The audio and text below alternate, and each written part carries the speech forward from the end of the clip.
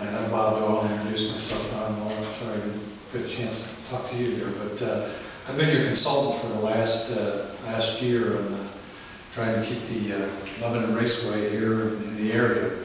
And I guess when this whole endeavor started, I had dark hair. And so the years gone by, but we're successful. There's a strong commitment from Delaware North and Churchill Downs to move the facility over here next to the penitentiary.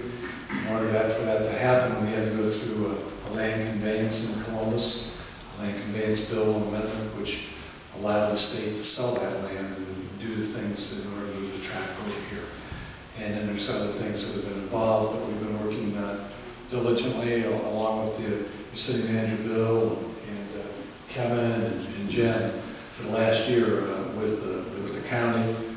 People from Delaware North have been really great to work with, and the new people from Churchill Downs. But I can tell you what's proposed is just an unbelievable facility, and it's going to be you're already booming along 75 there at 63 with the mall, but when this track comes in, you just will not believe what it will do to the area and the economy and so forth. It's going to be a first-class facility, and you'll be proud of it. I think they're going to go ahead. They're not going to fight going up to Montgomery County. Lebanon could have fought that facility, and may have won, may not have won. It depends, because it could have to be so far from another track. The Delaware North and Churchill said it's not worth the battle. Let's go forward and build a first-class facility and bring the people down. And I can tell you, I live in Beaver Creek.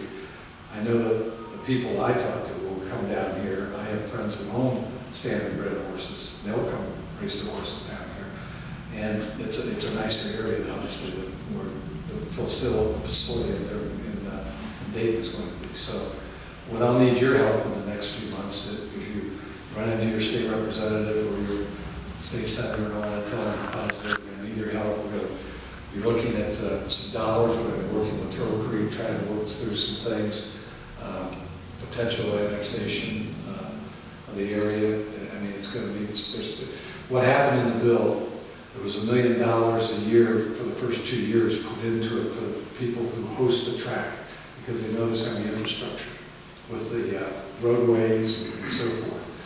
And that $1 million is considered a lot of money for the first 2 years. So, Bill and I've talked about this, working with Turtle Creek on how we work through those funds. And then after that, each year there's going to be, according to this piece of legislation, about $500,000 a year coming in. So it's not like you're going to be stuck with all the additional fire, police, all that without any money to pay. It's not an unfunded mandate. This work is going to be funded. So I'm pretty excited about it. I think it's going to be really a great facility, and hoping that they get everything finalized and break ground here, but sometime this fall, so they can get this thing up and running by the end of next year, or at least early 2014. So that's the update on that. There's been some other things that we've done for you, working with Kevin and Bill. We've met with the Dayton Development Coalition, who is kind of the representative for Jobs Ohio for this region, and let them know what we're doing down here. We're going to need your assistance, because what they do is if there's any companies that come into the area that we want to have locate here, and they need some financing and so forth from the state through Jobs Ohio, we want to make sure that we get all full cooperation. And I've worked very closely with the Dayton Development Coalition over the years. I've had several projects with funding in front of them because of my past experience and so forth. But I've represented a lot of people, so I've worked closely with the Dayton Development Coalition. And you're kind of caught halfway between Cincinnati and Dayton, but Dayton is the one that's I think is going to be the major player for you.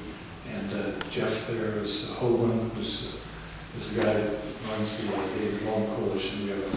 We're establishing a great relationship for the city of Monroe with them as well. And I think that's about it, other than that pie eating contest and flashbacks for me. As a former state representative, I can't tell you how many corn eating contests and pie eating contests I was involved in 10 years. But those are fun things, so the job. So I'll try to answer any questions you might have. Give you as much information as I have. questions? Okay. Thank you, Ron. Okay, well, appreciate the time tonight. Thank you.